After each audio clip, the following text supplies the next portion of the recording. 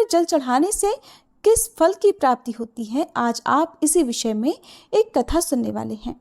अगर आपने आज की इस कथा को सच्चे मन से पूरा सुन लिया तो भगवान भोलेनाथ के प्रति आपकी भक्ति कई गुना बढ़ जाएगी। इसलिए इस कथा को पूरे मन से सुने। कथा को पूरा सुनने से लाभ अवश्य मिलता है, लेकिन कथा को बीच में अधूरा छोड़ने से भगवान का भी अपमान होता है। इसलिए जब भी आपके पास समय हो, कथा को पूरा जरूर सुनिएगा। शिव पुराण के अनुसार किसी गांव में एक गरीब ब्राह्मण अपनी पत्नी और अपने पुत्र के साथ रहा करता था। उसके पुत्र का नाम था सोमदत्त। वह गरीब बूढ़ा ब्राह्मण हर दिन नियम से भगवान शिव को जल अर्पित किया करता था, लेकिन उसकी पत्नी ब्राह्मणी को ये सब बिल्कुल भी पसंद नहीं था। दरअसल ब्राह्मणी के अब भगवान से विमुख होने का एक कारण था। पहले तो वह भगवान की भक्ति भी करती थी, सभी व्रत उपवास भी किया करती थी, लेकिन इतना सब कुछ करने के बाद भी उसकी गरीबी दूर नहीं हो पा रही थी। जब ब्राह्मण जवान था तो कहीं से कथा सुनाकर पूजा पाठ करके कुछ दक्षिणा लाता, उसी से उसका गुजारा हुआ करता था। इतना सब होने के बाद भी ब्राह्मणी इस आस में पूजा पाठ करती कि कभी ना कभी तो उसकी गरीबी दूर होगी, किंतु समय बीतने के बाद भी उसकी पूजा का, उसके किए गए उपवासों का कोई फल नहीं मिला। तो वह निराश हो गई। अब उसने भक्ति करनी छोड़ दी थी। अब तो वह ब्राह्मण भी बूढ़ा हो गया था। उसमें इतनी सामर्थ्य नहीं बची थी कि वो गांव-गांव में घूमकर कथा कराए। अब वह बीमार भी रहने लगा। घर में इकलौता वही कमाने वाला था। घर में कमाने वाला कोई और भी नहीं था। ब्राह्मण का बेटा सोमदत्त गुरुकुल में रहकर पढ़ाई किया करता था। अब तो ब्राह्मण के घर में खाने के लाले पड़ने लगे। ब्राह्मणी ने अपने मन में सोचा कि मैंने और मेरे पति ने भगवान की भक्ति में कभी कोई कमी नहीं रखी, यहाँ तक कि नियम से पूजा पाठ की, सभी व्रत उपवास रखे, इतने पर भी भगवान हम पर कभी प्रसन्न नहीं हुए। उन्होंने हमारी कभी गरीबी दूर नहीं की, इसलिए अब मैं पूजा पाठ नहीं करूँगी। अब वह ब्राह्मण देवता को भी पूजा पाठ करने से मना करने लगी। कहने लगती थी कि भोलेनाथ और अन्य देवी देवताओं की पूजा करते करते जवानी से बुढ़ापा आ गया, लेकिन भगवान ने हमारी गरीबी तो दूर की नहीं, उल्टा अब तो खाने को भी मोहताज हो गए हैं। अरे मेरी ही मत्ती मारी गई थी जो मैंने रात दिन उपवास व्रत किया, जब तब में अपने शरीर को सुखा दिया। अब क्या देंगे तुम्हारे शिव जी जो तुम अब भी शिवलिंग पर जल चढ़ाते हो। प्रिय श्रोताओं, ब्राह्मणी की इस प्रकार की बातों को सुनकर वह ब्राह्मण फिर भी कुछ नहीं कहता था। उसे तो अपने आराध्य देव भोलेनाथ पर पूरा विश्वास था। अब ब्राह्मण का बेटा भी अपनी शिक्षा पूरी करके गुरुकुल से वापस अपने घर आ गया। अब तक वह थोड़ा बड़ा हो चुका था, तो वह अपने माता पिता की सेवा करने लगा। एक दिन की बात है, शिव मंदिर में बैठकर सोमदत्त अपने पिता के साथ पूजा पाठ कर रहा था। वहीं पर वह शिव भक्तों को कथा सुनाने लगा। सोमदत्त कहने लगा कि जो भी भक्त भगवान शिव की कथा को सुनते हैं, उनके मन में जो भी कामना रहती है, भोलेनाथ उनकी वह कामना अवश्य पूरी करते हैं। सोमदत्त की ये बातें मंदिर में पूजा करने आए उसी राज्य के एक राजा ने सुन ली। उसे सोमदत्त की ये बात बहुत ही अच्छी लगी और उसने सोमदत्त को अपने यहाँ राजकुमारी को कथा सुनाने के लिए नौकरी पर रख लिया। अब तो सोमदत्त हर दिन राजकुमारी को कथा सुनाने जाया करता था। वहां से दक्षिणा में जो भी मिलता, उससे ही वह अपने परिवार का पालन पोषण करने लगा। अब धीरे धीरे उनके घर में धन आने लगा, लेकिन अब भी ब्राह्मणी खुश नहीं थी। ब्राह्मणी ने कहा कि मुझे अपने बालक के भविष्य की चिंता है। हमारा तो जीवन जैसे तैसे कट गया, लेकिन मेरे बेटे का जीवन अभी बाकी है। हमारे पास इतना धन नहीं कि उसके काम आ सके, और हमारे मरने के बाद उसका क्या होगा। हमारी भक्ति पूजा पाठ का फल लगता है अब तो कभी नहीं मिलने वाला। क्या भोलेनाथ को मेरा दुख दिखाई नहीं देता? मेरा पुत्र राजा के घर से जो कुछ भी लेकर आता है, माना कि उससे हमारे पूरे परिवार का गुजर बसर हो जाता है, किसी तरह पेट भर जाता है, किंतु और भी तो आवश्यकताएं हैं, वो भला कैसे पूरी होंगी? भगवान ने क्या अपनी आंखें हमारी तरफ से बंद कर रखी हैं? क्या मेरे पुत्र को हमारी ही तरह गरीबी में रहकर जीवन बिताना होगा? ब्राह्मण और ब्राह्मणी की ये करुण पुकार जब कैलाश पर्वत पर विराजमान माता पार्वती ने सुनी, तो उन्होंने भोलेनाथ से कहा, हे देवों के देव महादेव, आप तो अंतर्यामी हैं, आप इन दोनों की परीक्षा क्यों ले रहे हैं प्रभु? ये ब्राह्मण तो आपका परम भक्त है, अब उसके दुखों का नाश कीजिए प्रभु, नहीं तो ये ब्राह्मण कहीं आपकी पूजा करना बंद ना कर दे और कहीं उसके मन में आपके प्रति विश्वास ही समाप्त ना हो जाए, तब तो फिर कोई भी आपकी पूजा नहीं किया करेगा। माता पार्वती की इस प्रकार की बातों को सुनकर भोलेनाथ ने कहा, देवी आप बिल्कुल भी चिंता ना करें, मैंने तो उनके भाग्योदय का बीज पहले ही बो दिया है। अब हम दोनों को साथ में लक्ष्मी जी और विष्णु जी को लेकर इस ब्राह्मण के घर जाने का समय आ गया है। मेरी कृपा के साथ ही वह ब्राह्मण दंपति भगवान विष्णु और माता लक्ष्मी जी के भी कृपा पात्र हैं। उन दोनों पति पत्नी ने हम दोनों की पूजा एक साथ की है। हे देवी, अब पृथ्वी लोक पर जाकर हमें शिव लीला करनी है। ऐसा कहकर भगवान शिव तुरंत ही माता पार्वती जी के साथ नंदी पर सवार होकर वैकुंठ लोक में जाते हैं, जहां पर दयानिधि भगवान विष्णु शेष नाग की शैया पर विराजमान थे और माता लक्ष्मी उनके चरण दबा रही थी। तब भगवान शिव ने श्री विष्णु जी से पृथ्वी लोक पर चलने के लिए कहा। भगवान विष्णु कहने लगे, हे देवी आप भी हमारे साथ चलिए, हमारे भक्त का बुलावा आ गया है।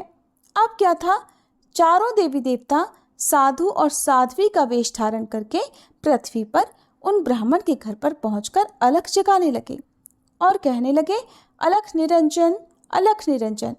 घर में से वह बूढ़ा ब्राह्मण निकला और उसने देखा कि उसके द्वार पर साधु साध्वी खड़े हैं, तो उसने उन सब को प्रणाम किया। तब भगवान शिव और भगवान विष्णु कहने लगे, हे ब्राह्मण देवता, आज रात में हम आपके घर पर विश्राम करना चाहते हैं। तब ब्राह्मण पुत्र सोमदत्त ने अतिथि देवो भव ऐसा विचार करके कहा, महाराज मेरे घर में दक्षिणा में मिले दाल भात आदि से ही हम तीनों के भोजन की पूर्ति होती है, उसी से हमारा पेट भरता है, इसलिए मैं एक समय के भोजन की ही व्यवस्था कर सकता हूँ। साधु ने उस ब्राह्मण को एक बर्तन देकर कहा कि आज वो दाल भात इस बर्तन में बनाओ तो हम सबका दोनों समय का भोजन बन जाया करेगा। इस प्रकार उस बर्तन में बने भोजन से दोनों समय के भोजन की पूर्ति हो गई। इतना भोजन बना कि दोनों समय का भोजन सबने पेट भर कर खाया।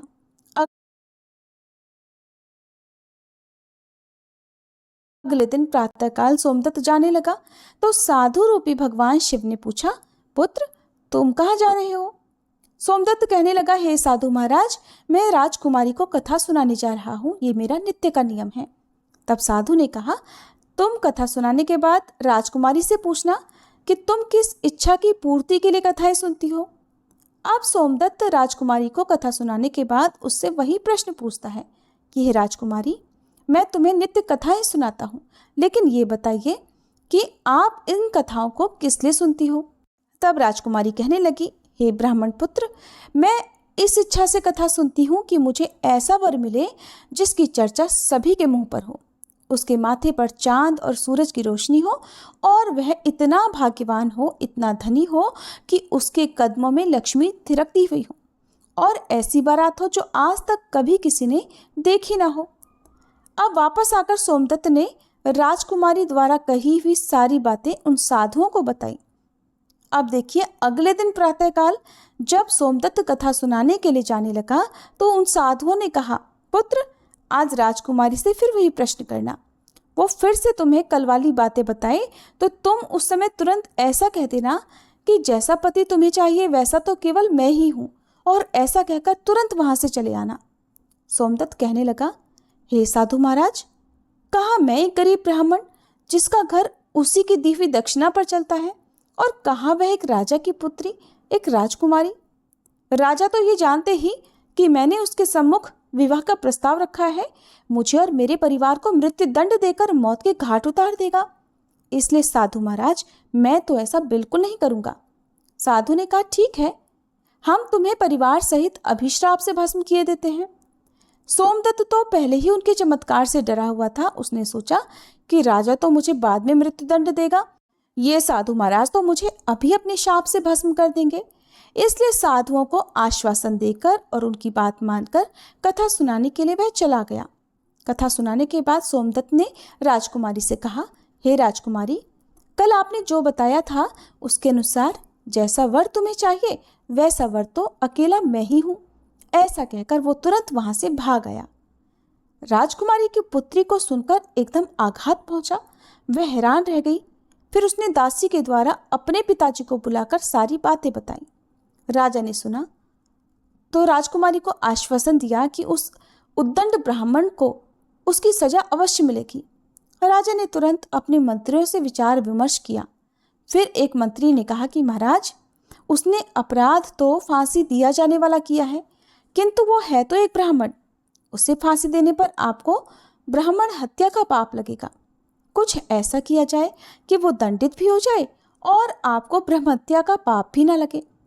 तब काफी देर विचार विमर्श करने के बाद तय किया गया कि विवाह का निमंत्रण पत्र कुछ शर्तों के साथ भिजवाया जाए।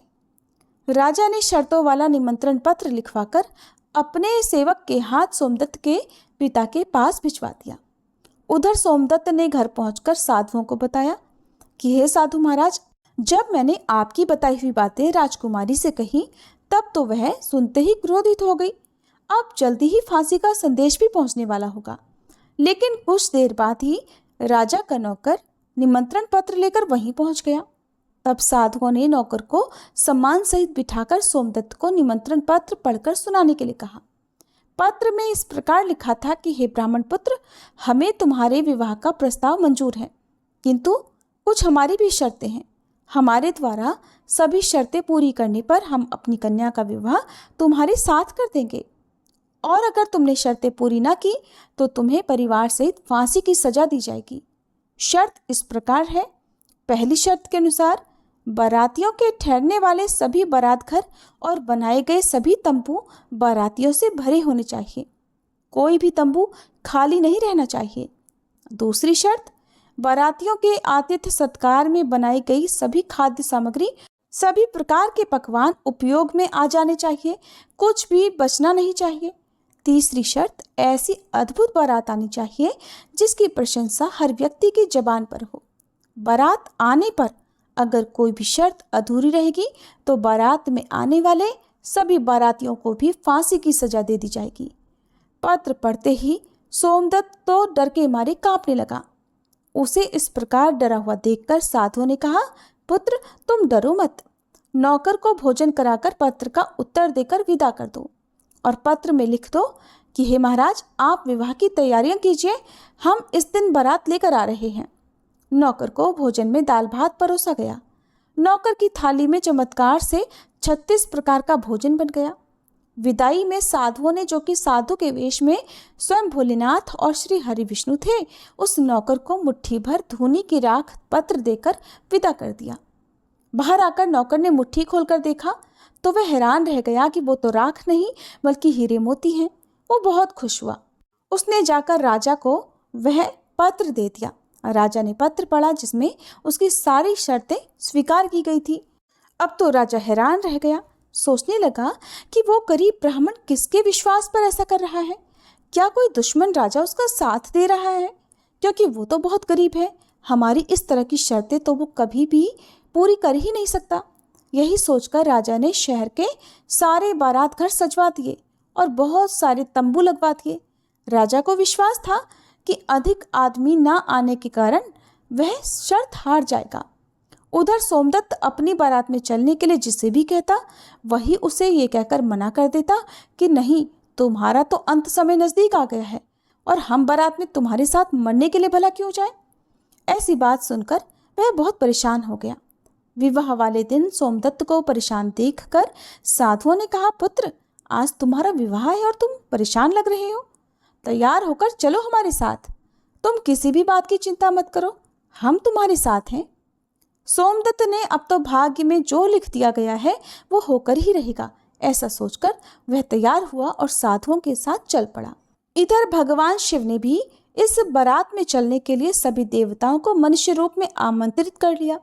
भूत प्रेत पिशाच और अनेक गणों को भी विवाह में सम्मिलित कर लिया, जिसके कारण सभी बारात घर और लगाए गए तंबू देखते ही देखते खचाखच भर गए।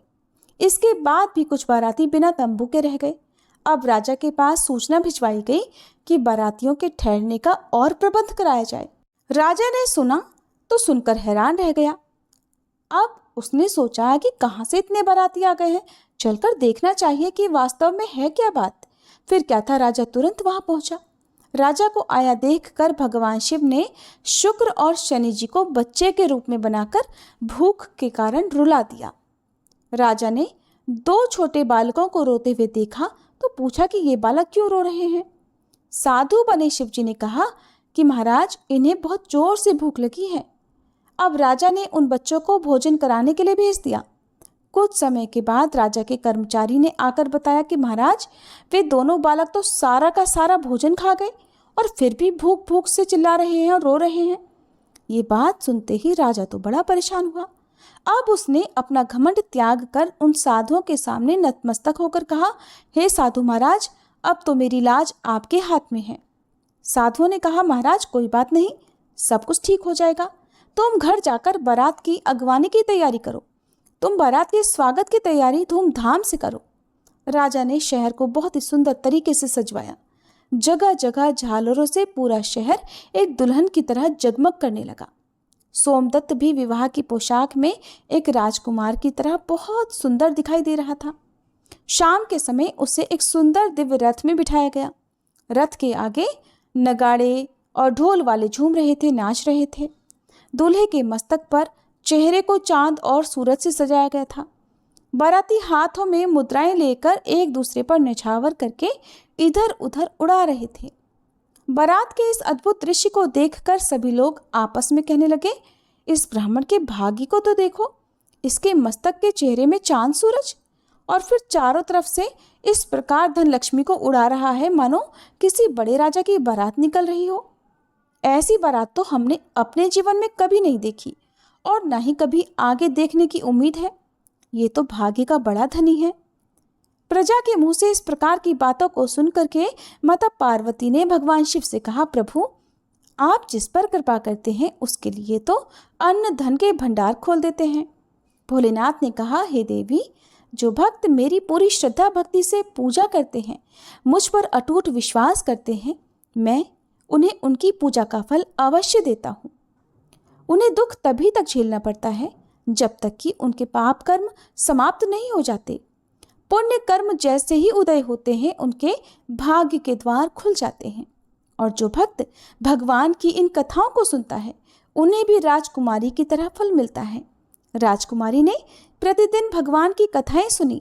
उसके मन में जो भी कामना थी, उसे वह कामना पूर्ण रूप से मिल गई।